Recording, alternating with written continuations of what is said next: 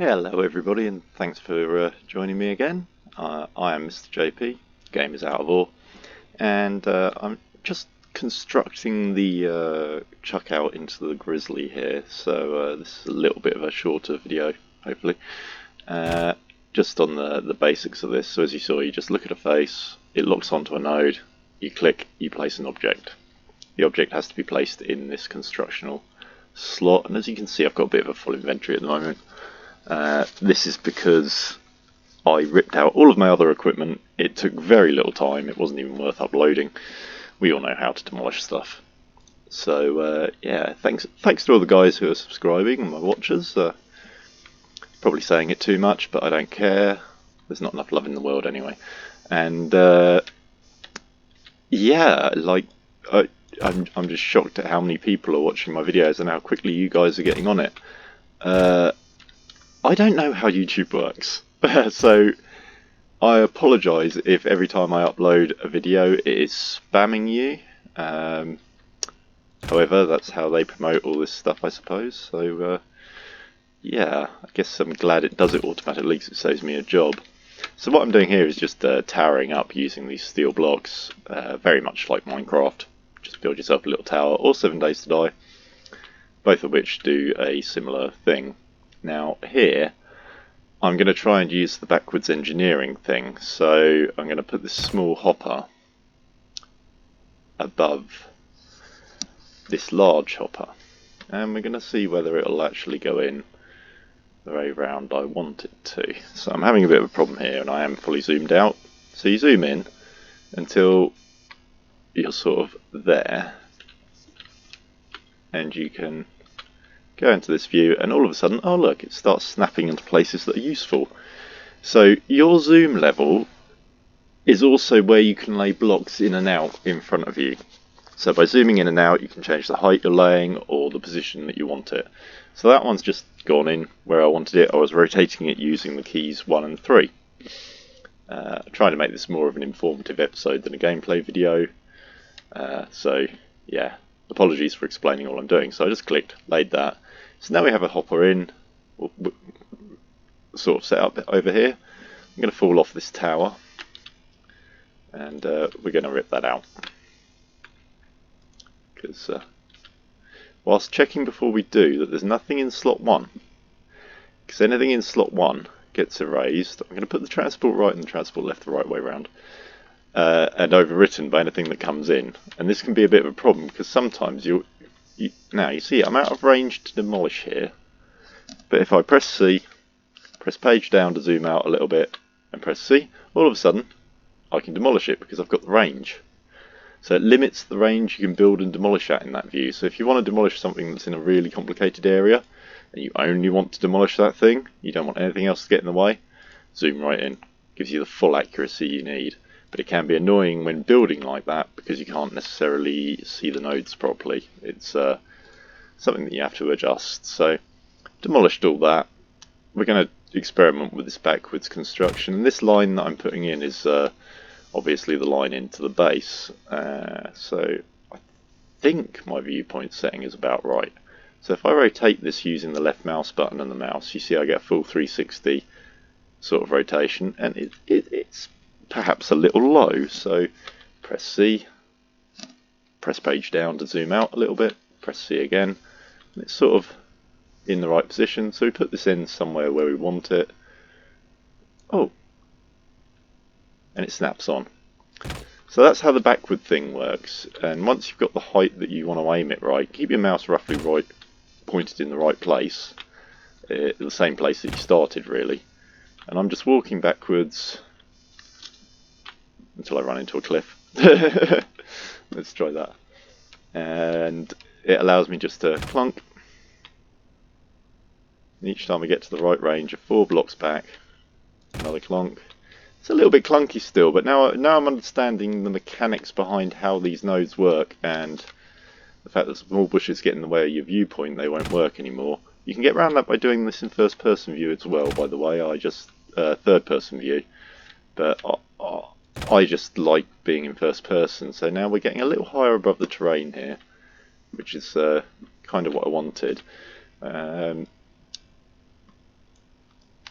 So now I'm going to put in some transport ups, which are actually coming down in our construction, to make this input conveyor more accessible from the mines, because the mines are lower than this position, and are going to get lower. So could get all civil engineering and start digging this into a trench now and think ahead. But for the purposes of the video and for my purposes at the moment, one at this height is perfectly fine. And I can always run it up and out from my mining sites. So these trees are getting in the way, so it's probably a good idea when constructing to go along it and erase the trees with some kind of machinery. So for those purposes,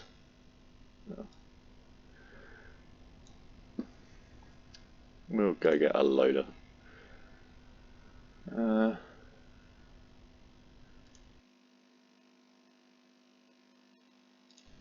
I think 302 is probably the nearest, actually.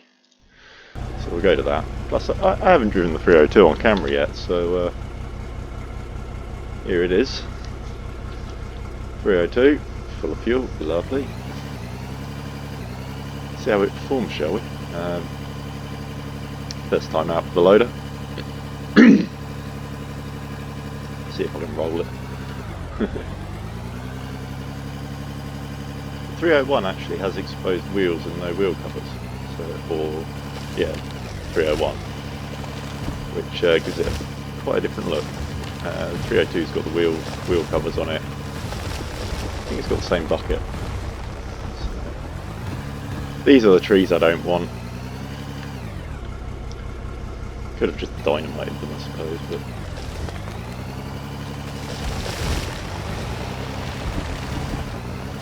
Cut this in like that.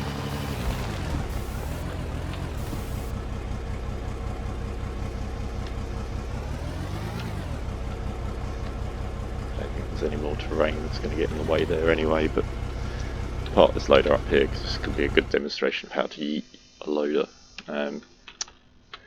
If you conflict a constructed item such as a transport conveyor with a vehicle, you get what I call yeeting, and the vehicle will fly off. Obviously yeets from the minions, I believe. Don't know. First time I saw the word used was a close-in weapons system on an aircraft carrier with the words, when you get, imagine you're a Somali pilot getting yeeted by a minion, which, you know, I feel a bit sorry for the Somali pilots and the pirates and their position in life. I also think they're a bunch of scum. So, no fan of the American military, and they did get their ass kicked in Blackwater Down, so I suppose I've got to thank the Somalis for something.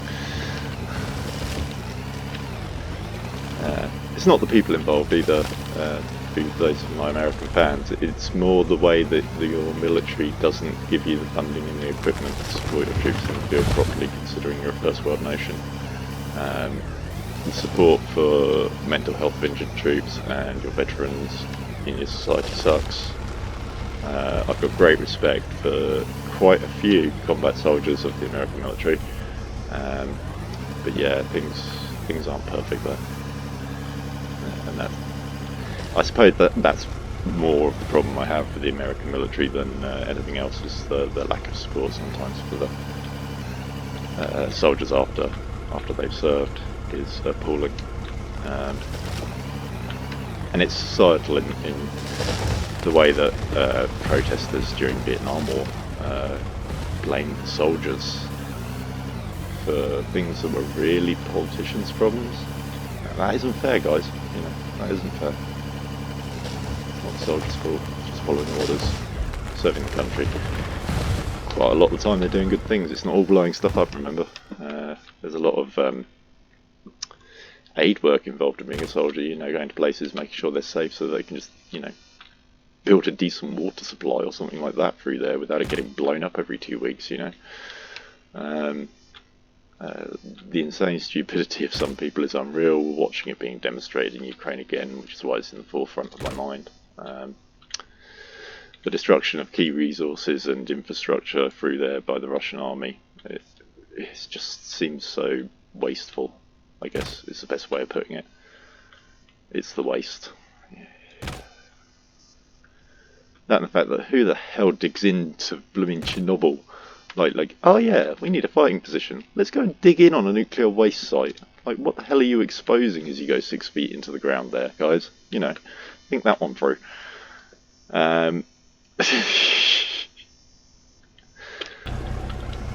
You don't even know what got buried. So yeah, like, there's a lot of things wrong with the world. I could go on about it all day. I try not to. That's why I go to the pub, or used to, is to get it out of my system. So yeah, we're continuing to build this conveyor this way, but I really should stop and actually check and see how far I need to go. Not that it matters, because I'm not going to corner it. I'm going to drop stuff out into it using a hopper. But we're nearly in the right place. In fact, we might be in the right place. Have a look. Oh, yeah, we've gone beyond. I can erase a couple of them.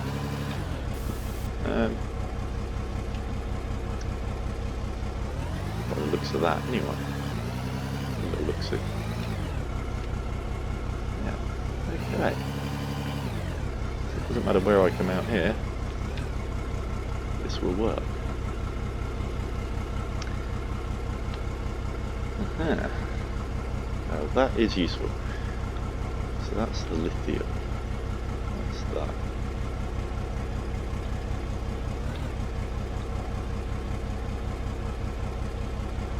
Okay, so I'm going to leave that video here. We've done a basic bit of construction for that, and next bit's going to be a load of groundworking. There's a lithium seam in here, so I'm going to take a load of that out and dig down, and I'm going to create probably yeah, I'll work out quite nicely. So there's going to be some trenching and stuff through there. We're going to go across in front of this seam to roughly where that dozer is, just a bit behind it. Then we're going to make a turn and we're going to go straight into the mine that way, trench it in so that it can be strip mined into, and stick some processing machinery on at that corner where the ground drops away, I think. Perfect.